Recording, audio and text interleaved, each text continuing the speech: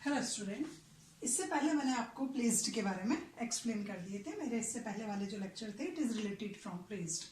Now I want to explain you another methods of secure loan कि when bank issue secure loan to anyone, then there are different types of mode by which loan accepted by bank. Then hypothecation is another means of issuing secure loan. जब कभी किसी particular persons को loan की requirement होती है तो different types के mode होते हैं। तो today I want to explain you hypothecation. What do you mean by hypothecations? Hypothecation when movable assets is placed as a collaterals, कि when someone keep his movable assets as a pledged to bank or as a collateral to bank, the owner of assets does not give up the title, possessions or ownership right such as income generated by the assets. Hypothecations meaning ये होता है कि hypothecation another mode है loan को issue करने का। when someone want to take loans, then movable assets पर hypothecation create किया जाता है। But in hypothecations no possessions, no ownership right, no income right give up to the bank. Possessions जो होता है वो बोरोवर के पास में रहता है, ऑनरशिप बोरोवर की रहती है, टाइटल बोरोवर का रहता है, इनकम जो भी जनरेटेड होती है उस पर राइट्स भी बोरोवर का रहता है। It means it is better than placed, कि आपको टोटल राइट्स जो है वो आपकी ही रहती है, जो भी इनकम जनरेटेड की जाती है वो आपकी खुद की रहती है। The lender can seize the assets if the term of agreement are not meet. Banker को ओनली राइट होता है, बैंकर्स जो है वो उसका पोजीशंस टेक ओवर कर सकता है if borrower is fail to repay the loan. Loan को रीपे करने पर जब बोरोवर फेल हो जाता है, then bank has right to seize और take over the assets. If borrower default हो जाता है, अनेबल टू पे लोन्स, वो लोन पे नहीं कर पा रहा है, तो bank has right to sell out और go for auction of the property. Bank को ये राइट्स होता है कि वो उस प्रॉपर्टी का पोजीशंस ले ले, उसको सेल आउट कर दे, उसके लिए ऑक्शंस जो है वो करे और ऑक्शंस में उस प्रॉपर्टी को सेल आउट कर सकता है। तो सबसे फर्स्ट हो गया टू कंपनसेट और रिकवर हिज लोन, अपने लोन को रिकवर करने के लिए।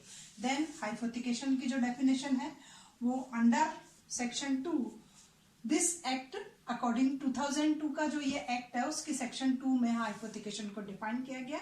सबसे पहले it is a mode for give secure loan. आपको इसके थ्रू सिक्योर लोन अवेलेबल होता है। Only it is create only on movable assets, only आपकी जो भी मूवेबल एसेट्स होती है एटलीस्ट ये उस पर क्रिएट किया जाता है। और उसके बाद बोरोवर जो होता है वो टेक ओवर द पोजिशंस कब लिया जाता है बैंक के थ्रू?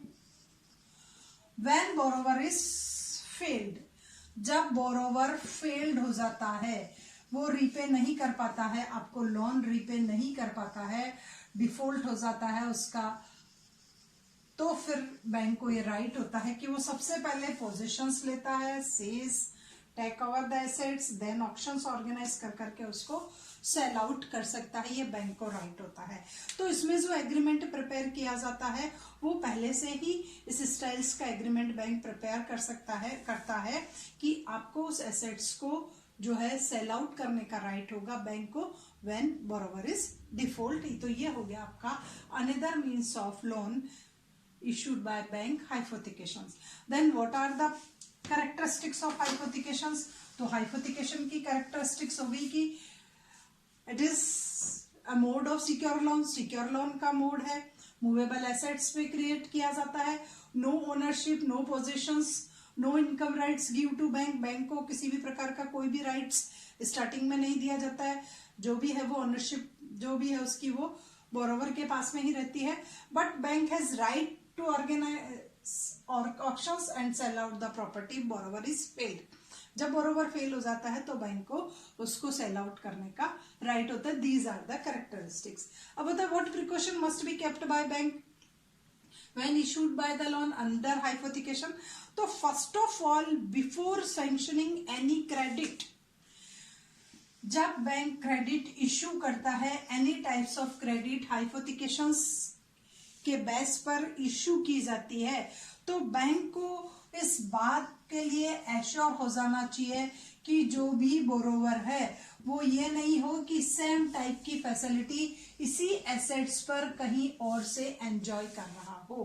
फर्स्ट जो प्रिकॉशंस बैंक को रखनी है वो ये रखनी है कि जब क्रेडिट फैसिलिटी इशू की जाती है तो बैंक को इस बात का शौक हो जाना चाहिए कि बोरोवर वो सेम टाइप की जो फैसिलिटी है हाइपोथिकेशन की, वो उस सेम एसेट्स पर, जो आपकी सेम एसेट्स है, उस एसेट्स पर किसी अदर बैंक से तो एंजॉय नहीं कर रहा है। अदर जो भी बैंक है आपका, उस बैंक से उसने उस सेम एसेट्स पे सेम फैसिलिटी इशू नहीं करवा रही है। तो first precautions which kept by bank, that before sanctioning any credit, bank must ensure that applicant is not enjoy similar facility from another bank। similar facility किसी another banks के through, तो वो उसके थ्रू एंजॉय नहीं की जा रही है। First precaution which is kept by bank। then another precaution, bank must take undertaking। Bank को स्टार्टिंग में ही अंडरटेकिंग साइन करवा लेनी चाहिए। Bank must take undertaking that the assets will not hypothecated to another bank। Undertaking हो जाएगी कि this assets, जो आपकी एसेट्स है, एटलीस्ट वो एसेट्स अनदर बैंक को हाइपोथिकेट नहीं की जाएगी। पर्टिकुलर जो एसेट्स आपको दी गई है वो अनदर बैंक को हाइपोथिकेट नहीं की जाएगी। इसकी एक अंडरटेकिंग साइन करवा लेनी चाहिए इन स्टार्टिंग्स में। Then next, bank officer should inspect the stock and report also when loan is issued on stock, inventory, etc., raw material। then third precaution which is kept by bank, that inspect the godowns। first of all banks officer को godown को inspect करना होगा time to time, periodically, जो भी है monthly, weekly, periodically आपको उसको करना पड़ेगा। रिपोर्ट जो भी आपके स्टॉक की, रॉ मटेरियल की, एटलीस्ट उस स्टॉक को चेक करना होगा और रिपोर्ट को चेक करना होगा। तो this is the third precautions कि bank officer should inspect the stock. Then fourth, if borrower want to take loan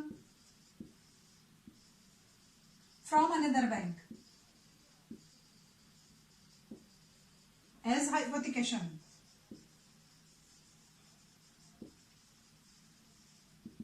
then separate आपका जो गोडाउन है वो सेपरेट गोडाउन होगा एंड सेपरेट गुड्स, जो भी है आपका सेपरेट ही, आपका गुड्स जो भी है, रॉ मटेरियल जो भी है वो भी सेपरेट होगा। सेपरेट गोडाउन में आपको सेपरेट गुड्स को कैप्ट करना है। देखो नेक्स्ट जो प्रिकॉशंस है कि when borrower want to take loan as a hypothecations, उसी मूड पे वो लेना चाहता है from another banks. Then stock जो भी है आपका, goods is kept in separate godowns, आपके गुड्स को केप्ट इन सेपरेट गोडाउन्स, और बैंक का जो है वो बैंक उसको अपने अपने गोडाउन्स को चेक कर लेगा। तो this is the method of issuing loan. For example, इसको समझने के लिए मैं आपको एक एग्जाम्पल समझा देती हूँ कि फॉर एग्जाम्पल कार है, ऑटो है, these are issued as the means of hypothecation या as the mode of hypothecation के बेस पे होते हैं। कार को आप एंजॉय कर लेते हो, ऑटो से जो है ऑटो ड्राइवर जो है वो अर्न करता रहता है, उसी की ऑनरशिप, उसी का राइट्स होता है। But when auto driver is fail or auto owner is fail to pay loan, then bank जो है वो इस ऑटो की ऑनरशिप ले लेता है, बैंक आपकी कार को जो है वो ले लेता है। तो only car, auto, raw material, another goods, stock, inventory etcetera, इन सब पर इस स्टाइल से जो है वो बैंक के थ्रू लोन प्रोवाइड किया जाता है। जितने भी व्हीकल्स लोन होते हैं वो हाइपोथिकेशन के बेस पर किए जाते हैं।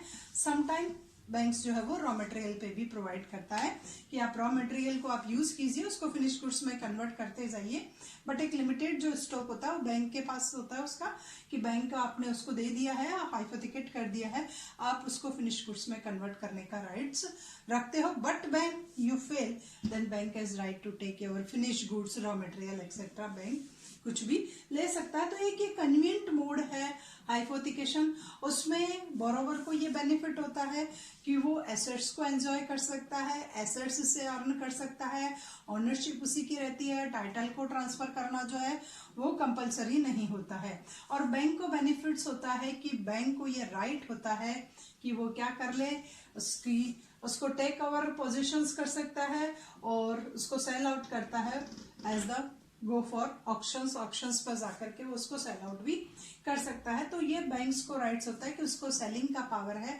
उसको पोजीशंस का राइट है और वो सेल आउट कर सकता है आफ्टर नोटिस जो है बोरोवर को देने के बाद किया जा सकता है। तो this is the another means of secured loan.